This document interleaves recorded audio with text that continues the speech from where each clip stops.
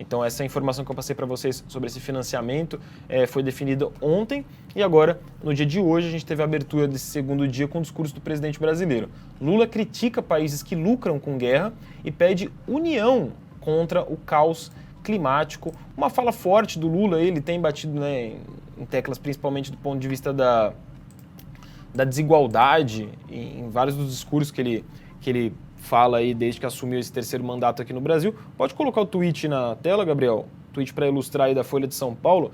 Lula critica dinheiro em guerras e cobra cumprimento de acordos em discurso na COP28. O presidente brasileiro apela para o resgate do multilateralismo, dizendo que a ONU não consegue manter a paz. Então ele cita bastante também no discurso a guerra, as guerras, né? Mas acaba que é uma referência mais direta à guerra que está acontecendo justamente ali no Oriente Médio, do ladinho de onde eles estão reunidos na COP28. Inclusive a gente vai falar hoje sobre a retomada do conflito entre Israel e Hamas. Acabou a trégua, já já a gente fala sobre isso.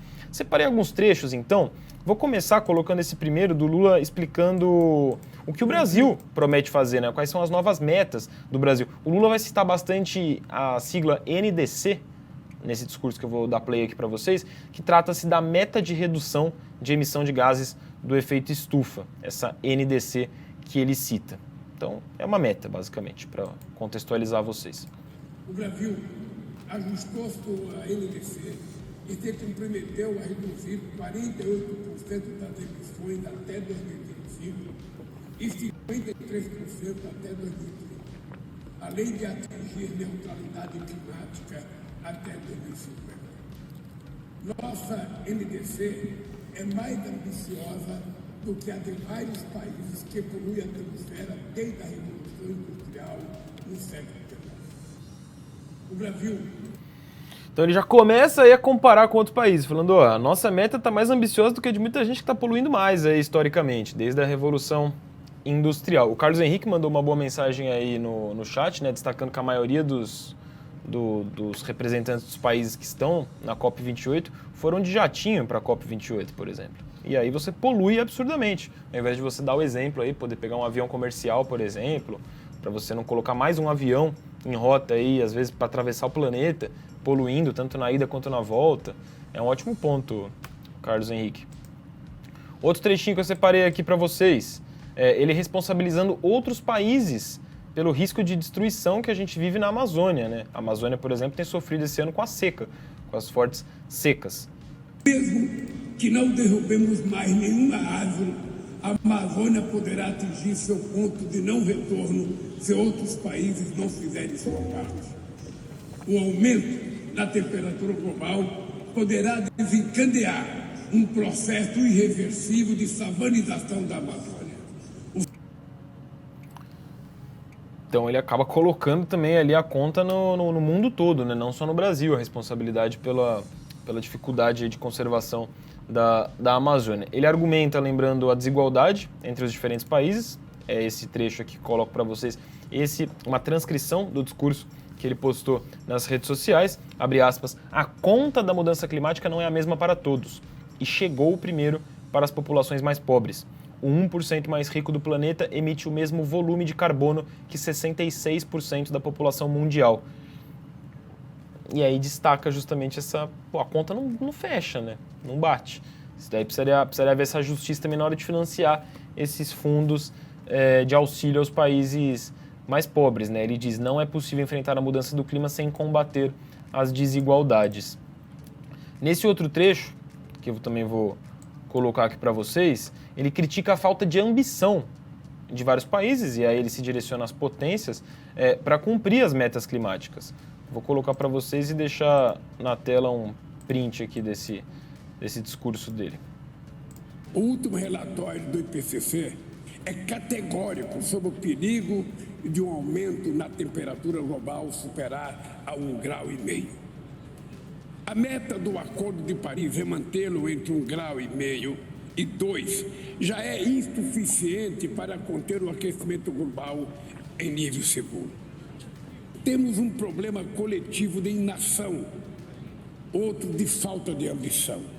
O último relatório do IPCC...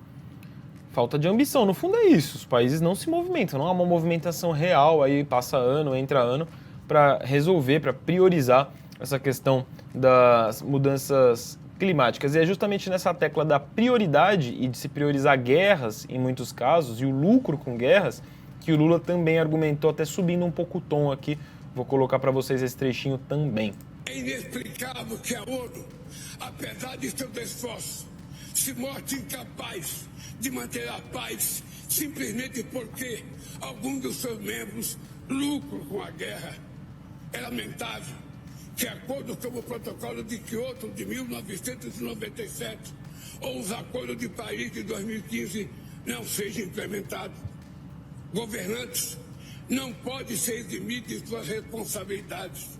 Nenhum país resolverá seus problemas sozinho. Estamos todos obrigados a atuar juntos, além de nossas fronteiras. É inexplicável que a ONU, apesar de seus... Então bate na ONU. O Lula tem feito fortes críticas, né, à inoperância da ONU na prática nesse contexto todo das guerras, tanto da Ucrânia contra a Rússia, quanto agora de Israel contra o Hamas.